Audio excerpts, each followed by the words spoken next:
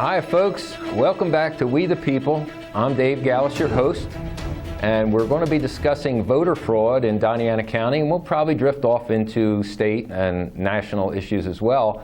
But I have a special guest today, Kelly O'Connell. Kelly is a local attorney and a radio talk show host. So Kelly, welcome to the show. Thank you.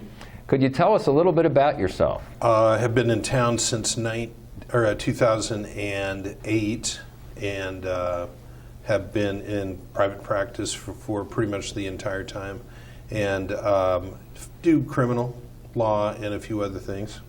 Okay, well that's nice to know. Hopefully I won't need your services in that end anyway, but never know. I have been known to get in trouble. So we want to talk about, well, you're a radio talk show host as well. Tell me a little bit about that. Well, I did a talk show on KOBE, which was Bravo Mike, and so we did that for 6 going on 7 years. Okay. And it was called AM Las Cruces, and I started off with an hour a day, and then we moved up to 2 hours in about the last 5 years. So, and did a lot of time on the air, and talked about a lot of stuff, and as much local stuff as we could. Any specific subjects, or just generally local? Well, just, I would try to bring up something that was in the news cycle, and then whatever was going on locally to try to keep the mix going. And sure. If nobody called in, then maybe move on to another subject. Okay. Get them fired up. Okay, yeah. I got you. All right. Well, I'm fired up because I ran for election. I ran for New Mexico State Senate, and I'm not going to say I lost because I don't think it was a fair election, and that's really what I'm pursuing. And it's not about my election, it's about the integrity of the elector, or right. the election itself. So, and does it have anything to do with some of the claims that are coming out of people like Sidney Powell?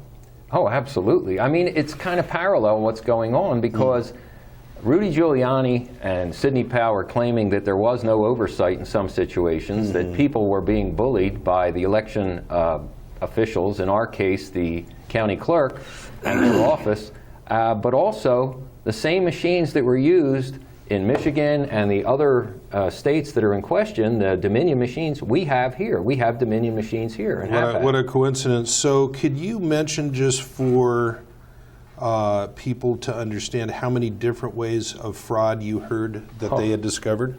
Well, to me the biggest fraud, I think, could be the absentee balloting.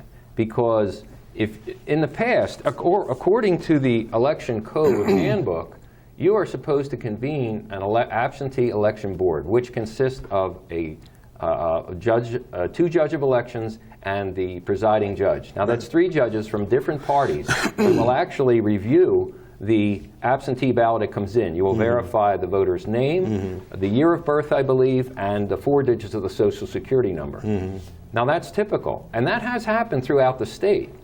But in our case, we had, last week I had Dan Parrott on, who was one of the challengers, an official challenger to the elections of absentee, but he was thrown out of the county clerk's office when he wanted to be a challenger to make sure that the voting was going right. Now, we did not have the election board. We didn't have the judge of elections or the 3 judge of elections, and they wouldn't even let the challengers And then in. why do you say that we needed this board? Well, it's a way to show transparency. It's a way to show that there is no bias in the decision of whether an absentee ballot should be counted or not, because you have independent. You have a Republican, a Democrat, and if there's a third party, in this case it might have been a Libertarian, could oversee to make sure that they all agree before they qualify a ballot as valid. Now, isn't there some of that went on in other states? Absolutely. Other states, but also other counties within our own state. And what did you hear back? What were the reports? I heard that they had, well, if you look at it, Diana County, from what I understand, was the only one that had the massive loss of Republican votes.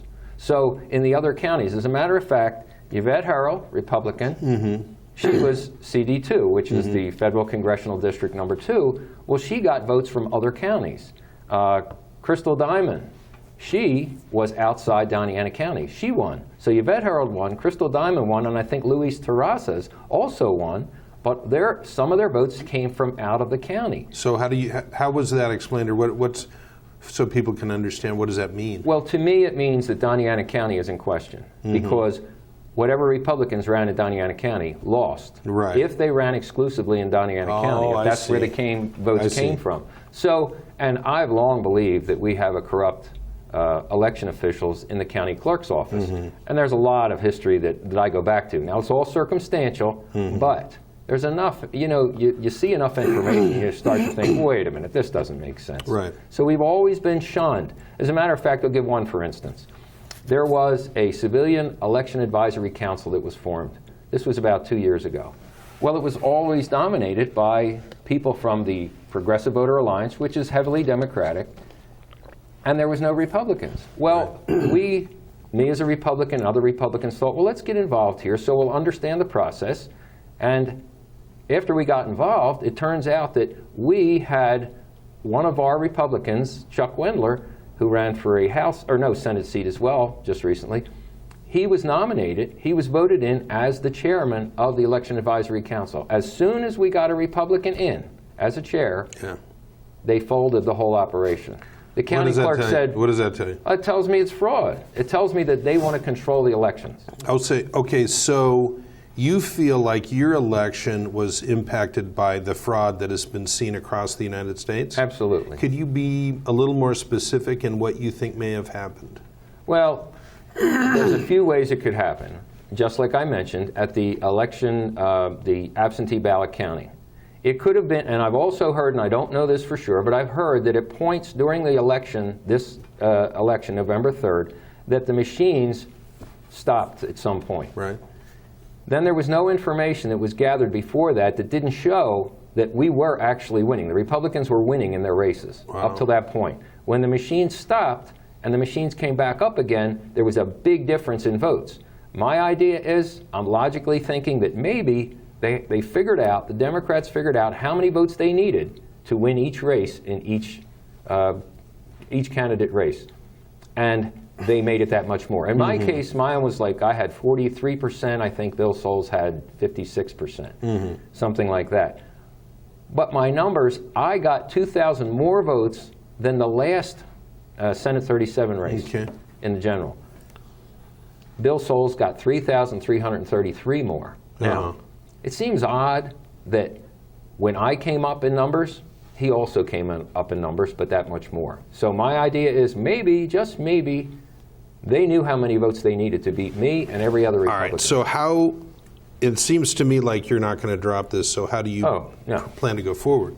I'm going to locate an attorney. I have quite a few candidates that want to get involved in this lawsuit.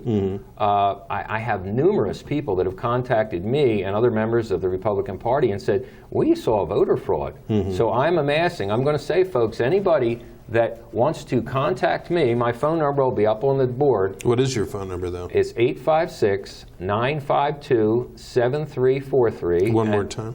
856-952-7343. My email address is davegal1, D-A-V-E-G-A-L, the number 1, at msn.com.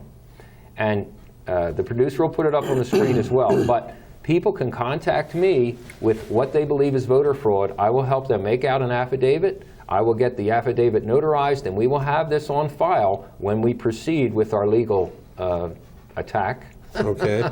Now, when you heard about what was going on in these 5 swing states, what was your immediate reaction? What were your thoughts? I thought, how can this happen? And it can happen. Well, first off, we don't even have voter ID. Now, if my producer can find a picture that I had before, there's a third world country. People are standing in line, probably barefoot, in serapes or just body covering. And if you look at the one woman's hand, she has a white card in her hand. The next picture is a close-up. That's her voter ID. There it is. Okay, we see the woman. This is the woman. If you look at her hands. Maybe a country in Africa. It looks, I think it is Africa. And if the next slide should show her voter ID in a large version. And there it is. Now, Ivory Coast. Okay. I just saw it on the screen. So there you go. Now, we can't have that here. Right. And this idea about voter suppression. But isn't it, they claim it's prejudicial that if you ask. How so? I've never understood the argument. No, myself. there is no argument. I don't believe there could be. I mean, And I'm not prejudicing people that say have to be on welfare. But imagine this: you go into a person goes into a store to buy alcohol, and there's a law that says you can't ask for an ID. How's that going to work out? It's not going to work out good. Yeah. So, a driver's license? It should be very easy. Mm-hmm. And I will make a promise that anybody that can't get to register to vote, I'll be glad to register them. I'll be glad to help them get their photo ID. I'll do whatever it takes, and I know there's a lot of other people out there that would be glad to help as well. But to me, it's the Democratic Party does not want to be fair, and that's aggravating. It's unbelievable. It's unconscionable. So. Is it possible, though, I know we're talking about Doniana, is it possible the national race was thrown? Absolutely. I mean, when I was out campaigning, I saw nothing but Trump signs, Trump flags. I saw a couple Biden and Ferrari flags or Bill Sol's flag, or not flags, but signs. But and when I see on national TV, you see, this is the problem. If you watch CNN, MSNBC, the rag news stations, all you're going to see is propaganda against Trump. But if you go to OAN, One American News Network, or Newsmax, you will see the crowds, thousands, millions of crowds. Did you see D.C. that was flooded with Trump supporters? Yeah. But then at nighttime, the ghouls came out and started beating people up. Well, maybe it's time to fight back when these ghouls try to overrun people. I agree, but let me ask you this. What if somebody comes up and says New Mexico's insignificant because we're small? Why would anybody put in the time and effort to cheat here? What would your response be? I would say that's ridiculous. Every electoral vote counts. Everybody's vote counts. Anybody that's a U.S. citizen, that's 18 years of age, that have served their time, if they were a felon, everybody gets a reprieve. Everybody should have their vote count. Didn't Joe Biden get up and say we've assembled the best voter fraud movement in history? Yeah. And I'm like, well, you're thinking. I think he's right. Yeah. And I think God put those words in his mouth. Yeah, that he's so out of his noodle. Well, and I just heard some speculation that Obama's been running this whole show, and that Kamala Harris was supposed to be his child. Not child, but baby to be the next president. Now, it looks like it'll go that way. What happens, in your opinion, if Kamala gets in? Because it seems like Biden is running on fumes at this point. Well, I think she'll have to get in if the craziness turns out that whoever they are, gives Biden the presidency. Then I think they're either going to take him out, murder, or they're going to put him in an insane asylum. Right. They're going to make sure that he's not competent to run. Kamala comes up, and she's going to be the puppet of Obama. Wow, that's amazing. That's an amazing story. And then we're going to be globalists. Well, that's where we're leading. What do we have locally that people should understand about this race? Well, like I said, anybody that has seen any voter fraud whatsoever, give me a call. What different kinds have you heard about? I heard about dead people. Well, I heard about this machine, and I actually wrote some articles on this machine that has a back door in which you can actually look inside and see who's ahead. I didn't know that, but I've heard that these machines can be tweaked. Now, this was from an IT expert. Yeah. Say in 7 minutes with a screwdriver, you can actually make a change to the machine that will actually shift votes from one party to another. Yeah. In this case, from Trump to Biden. This guy. Okay, so the people that started this machine, it was founded in Venezuela, which is a communist country. It's famously fallen apart. That Hugo Chavez was in contact with the guy that started it. They were friends, I guess. And he's, basically, why don't you guys, they had no experience in voting machines, in tabulation, anything. Why don't you start a company for these voting machines, and we'll run it here? And that's how it started. And the person who is one of the owners and leaders in the company is named Lord Mark Malloch Brown. Oh, yeah. He's British, and he is the best friend of George Soros. Oh, well, there you go. Bingo. Well, look, we're going to take a short break, and we're going to come back and continue this and solve all the problems of election fraud here in Doniana County and maybe the nation. So stay tuned, folks. We'll be right back.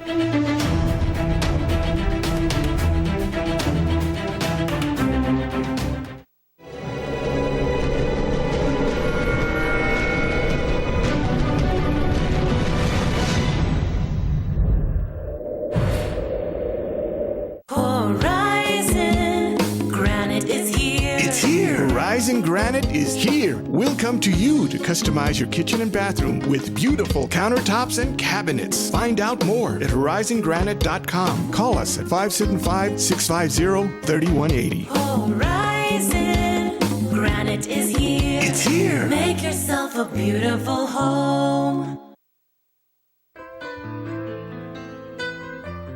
Hi, I'm Ray Bamberg with Here on Earth. I would like to invite you for a free hearing evaluation to our office. We've been here in southern New Mexico for 34 years helping people hear better.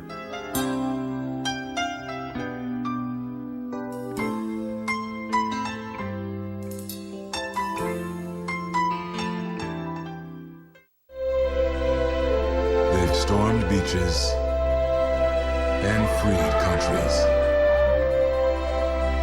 They've raised our flag and our hope. They've been called leathernecks. They've been called devil dogs. But above all, they're called Marines.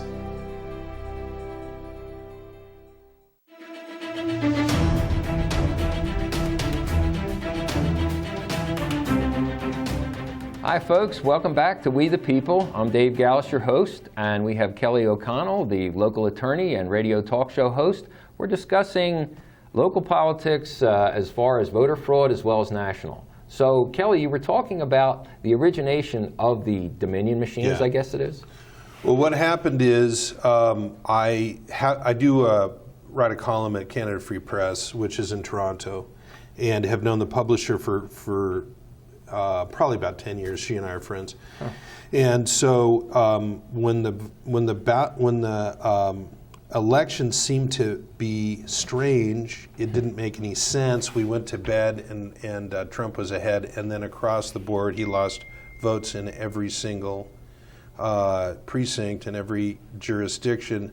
Didn't make sense. I started doing research, and what I found out is that there was the original machine called Smartmatic. It was made with an agreement of and $200,000 investment from Hugo Chavez. So the Venezuelan government owned 28% of it. Holy smoke! The government owns portion in the voting machines, and Hugo, of course, he had a landslide victory, I believe. Yeah, and there was another. There's another company. I think it's called Bitsa. I don't know if it's still open, but it was a software company in Venezuela. And in a communist country, the government would own an interest in everything or run everything. So they got leadership from Bitsa and from Hugo Chavez, and then when the machines were put together, they're used in 2004, and Chavez was down 60-40 it was a recall vote, 60-40 in the recall vote, and he ended up winning, I think, by 58%. So the machines were designed, Hugo Chavez owned every voting machine in the country, or the government did. The machines were designed for fraud. So the machines that we're using, the foundation is for fraud, which means it's baked in the cake. Right. And that's why people shouldn't doubt this notion that, was there fraud? How could there be fraud? We know that the machines had built into them, and so Sidney Powell is talking about a back door, Right. which you adjust the machine and you can see all the votes in there, and then you see, in theory, which party you want to help. The algorithm is put in, and the algorithm is a slight twist on how the machine tabulates the votes. Right. And so they think what happened is Trump was given 0.75 of his votes, and Biden was given 1.25% of his votes. Right. So it's a 50% or a 0.5 increase. Right, sure. And there were all kinds of other ways to cheat. One was you had 14 states where the government decided to give everybody a mail-in ballot. So everybody has a ballot, and then a certain percentage of people go in to vote. So you've got double ballots for every person that goes in. So what happened to those ballots? Right. Now there's other ways to game the system. Sure. You could take make a copy of your ballot, cut it up, put it in the machine, and it would count it. It wouldn't say this has already been done. So No. ultimately, how the machines tabulated this was by decimals, by integers, by numbers, 1.25 or 0.75, whatever the ballots were worth. And then they were put on thumb drives. So when they talk about losing ballots and you think, well, somebody's got a big, a big bin full of ballots. Yeah, that's not it. No, it's a thumb drive was not turned in. Now, and then the thumb drives or the information was sent to Spain and Germany. And those are the people that counted it up. Let me ask you this. Are we, as a nation, in such a position that we can't build our own machines and have to outsource their building and the tabulation? Absolutely Is not. that not against what President Trump Yes. passed as a rule, as a law, no foreign involvement? So not Especially in elections. not only was there foreign involvement, but it was across this vast land. And the foreign involvement was not our allies, but our enemies. Our enemies. So China's involved. They built the machine from the largest component down to the tiniest, what do you call them, the little capacitor, not the capacitors, but the chips. ICs, down to the integrated chips. Yeah. And owned by George Soros' best friend.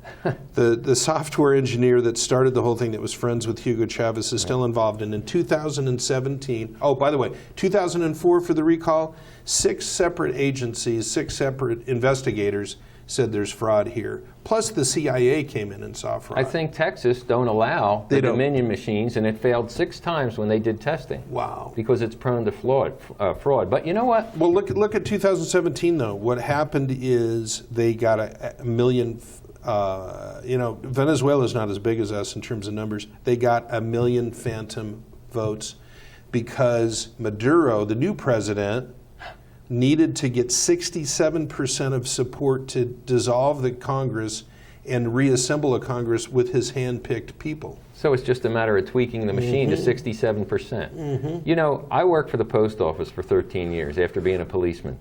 And the post office has machines that can read script to 98% efficiency. That's a person's signature. Sure. They can compare signatures. Yeah. They could have a grayscale, they call it, which is a photo picture of the ballots. They can store that data in secured locations. Right. And these machines are built in the U.S., I think Siemens, Martin Marietta. We can do it here. We can do it better. Absolutely. The machines were turned down in many of the swing states, I believe in Pennsylvania, so they couldn't even read a signature. So how many details are in a ballot? You only have a couple, right? Yeah. You get rid of one of them or 2 of them or 3 of them. You get rid of the date that it's supposed to come in by. You just go in as a judge and say the date doesn't matter.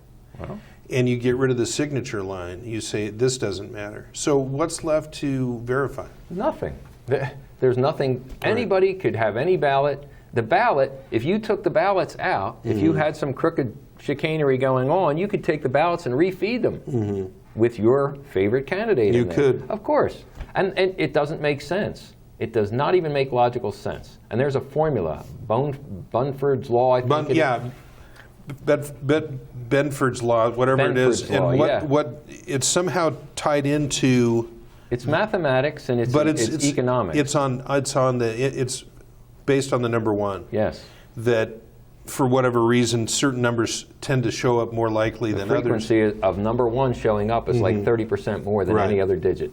But it actually follows not a geographical, but a mathematical scale. It's a formula, right? Right. And they can prove, these mathematicians, which I am not, can prove that there was fraud. But they can't prove what the fraud is. That's why they have to do an analytic investigation. But, the fact of the matter is, let me ask you this, why were they so sloppy? If your machine is already going to help you over the mountain, why bring in dead votes? Why bring in double votes? Pad it. Just to make it doesn't make any sense. It's my understanding that they had this software installed in the 2016 election. Right. And somehow it didn't function properly, or it didn't function well enough, or it backfired. But that's why Hillary lost. Wow. And maybe that's why people were so unbelievably incensed. Upset. Did she get a refund? I'm sure she never loses money, but I'll tell you what, I believe she's a criminal, and I would love to see her marched out in an orange suit. All right, But let me ask you one thing. When a person is listening and they're a Democrat, that may be raised as a Democrat, or they some point decided to become a Democrat. What's your statement to these people that might naturally say Trump's a bum? Kick him out. Doesn't matter how he leaves. I would say forget about personalities. I would say to my Democratic friends, how long and how much information comes in do you disregard and just say, no, it couldn't be that way? I mean, circumstantially, there's so much evidence to show that there's fraud in the voting system. And there's so much to say about Trump and how much he's done for this country, but you wouldn't know about it if you're watching CNN and MSNBC. Yeah. So why don't you watch a real news station or the Canada Free Press or Epic Times, and if nothing else, just to get a well-rounded input from different locations. You know, I put out this article. I had no idea that it would attract really any interest, but it was about this guy, Lord Mark Malloch Brown. Mm-hmm.